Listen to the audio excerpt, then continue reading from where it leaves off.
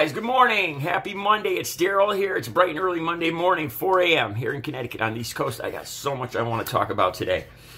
I got to say this right off the bat. On my community page, I have a video. I found one lone video that doesn't have all the news intros of an incident that happened in Tacoma, Washington. I believe it was overnight. I believe this happened Sunday evening. This stuff is all coming up in the last 14 to 16 hours at this time of the morning right now. So I think it happened Sunday evening in Tacoma, Washington. You see a lone police car showing up in the middle of an intersection in Tacoma, Washington. Now there's like they call it a car show, but it's a rowdy bunch of a couple hundred people doing burnouts and donuts in the middle of an intersection, like they took over the middle of an intersection. You know, it's not quite, it wouldn't be labeled a riot or anything like that. It's a bunch of rowdy people blowing off steam, you could call it that or whatever. But you see one lone police car. Now, this is where I would defer to Bo of the Fifth Column, because I don't know police regulations, I don't know their tactics and all that. But it would seem that a lone police car driving into the middle of this rowdy bunch of people and trying to break them up might not have been a good idea. I doubt that's what police regulations recommend or require. So anyway, he pulls into the middle, and right off the bat, you see the people kind of go around the car. They start taking selfies, laying on the car, just basically disrespecting and ignoring the officer. Right off the bat, from my point of view, from the layman point of view, I would think that the best idea would be to stay safely outside of this group of people until backup arrives, and then you could defuse the situation and provide an exit for everybody to leave the area, starting with the outside and moving towards the center. Not driving with one lone police car into the center of this rowdy group of people. So you could kind of foretell that something might happen here, and it did. It's a horrific video, man. It's going to be, this is going to be all over the news for next week. So the lone police car, you know, they're disrespecting, they start hitting the car. You could tell the officer probably panics. The lights and everything are on, the siren. You hear engines rev. I think the officer's revving his engine. He hits the gas, and this is just unbelievable, horrific part. You see the crowd of people like a wave being pushed down by the police car and out of the way. As the police car goes up and over the people, you actually see the car bounce as it goes over bodies.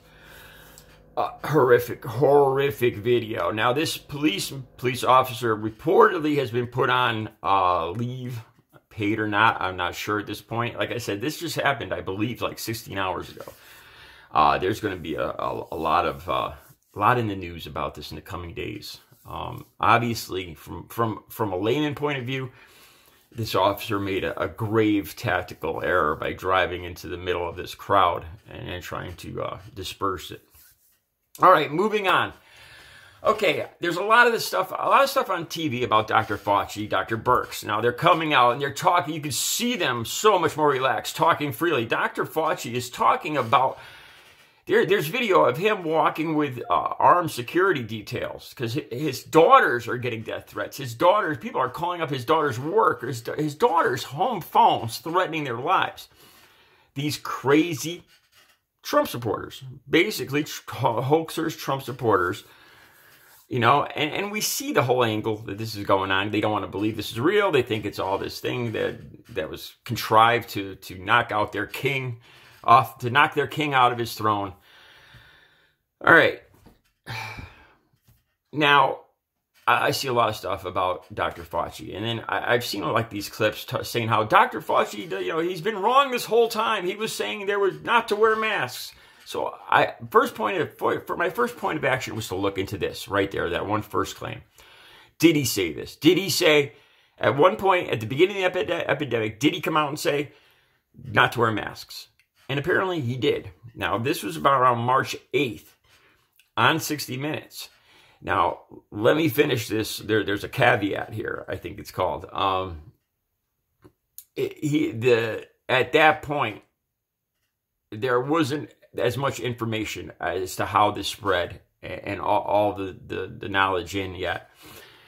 And there was a shortage in the masks. So telling everybody to put on a mask at that point would make it make it more dangerous. There wasn't enough masks for the hospital workers at that time. There was a shortage of masks. So by saying, going on 60 minutes and telling everybody to wear a mask at that point, he was telling people not to touch their faces or rub their faces. He was saying that if you wear a mask, you might move the mask around.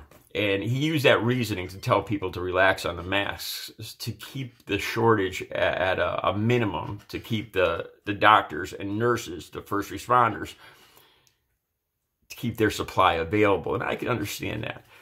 And so now you have Trump supporters and these hoaxers coming up and saying, well, he's been wrong the whole time. Look, you know, we can go back. This again, you know what this reminds me of? The flat earthers again.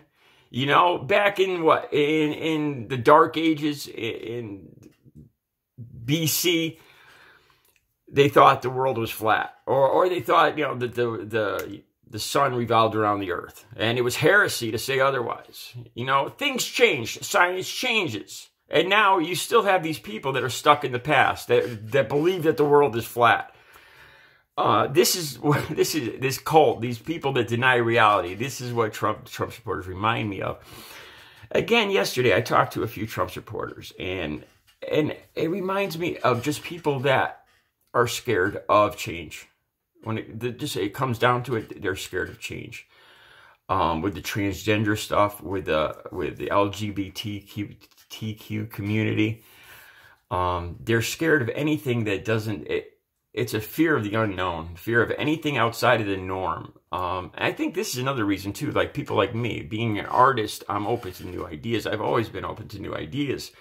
And this is where I think, because I could tell there's a huge chasm, a huge valley between my understanding of reality and Trump supporters. And I just wondered how that occurs. And we were talking about fossil fuels yesterday, and I brought it up to some Trump supporters that, you know, the bottom line here is that fossil fuels are going to run out 40 years from now. A little over 40 years, there will be no more oil. You might as well start moving with the rest of the world towards different jobs. You know, yes, there's going to be less oil jobs in oil. People are going to lose their jobs in oil, just like people lost their jobs in coal. When we went from coal to oil, now we're going from oil to solar. This is how society progresses.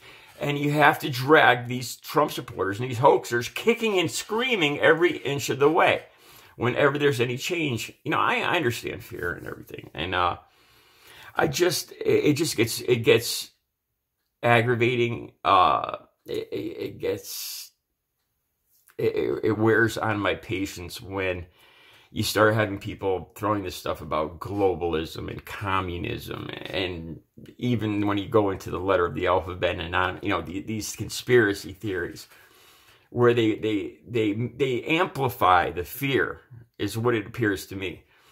You know, that any change is terrible and evil, and it must be from the devil of Satan himself. These people eat babies, and you know, and it just gets so out of hand. You know, that there's cabals working with the globalists that are coming here to tear down America, and oh my God, we're just patriots. Things change, man. Things have always changed. You know, it's survival of the fittest. It's Darwinism. Those who don't change die out. You have to adapt. You know, and that's you know, and it seems to be the biggest issue with Trump supporters, that they want to go back to the 1950s, or their image of the 1950s, and they have to be dragged into the present, kicking and screaming. I think that's their fear of these masks to begin with. That I never understood why people don't want to wear masks. Why they, you know, I was watching the TV today, and I was watching all the different reporters talking about masks, and I was trying to understand what Trump supporters see when they look at that, why they're so bothered by people. You see in the news, Trump supporters attacking people that wear masks, and it's become a political issue, and it's become a point where they actually attack people that are wearing masks, that are doing the right and patriotic thing to try to get this country back up on its feet again. We have 5 times the deaths. If we have 2% of the world's population, and yet we have 5 times that in the COVID deaths of the world. We have 5 times the amount of deaths that we should have. That means that we've handled it very, very badly. And no, that is not Dr. Fauci and Dr. Birx. That falls directly in the lap of Donald J. Trump and his alternate reality of trying to soothe his panicked constituents and his followers into this non-existent 1950s America. Anyway, check out the video. There's going to be a lot more on this Tacoma, Washington police video, or a police car being filmed running over a group of people. A horrific video. I'll be back later. You guys have a good Monday.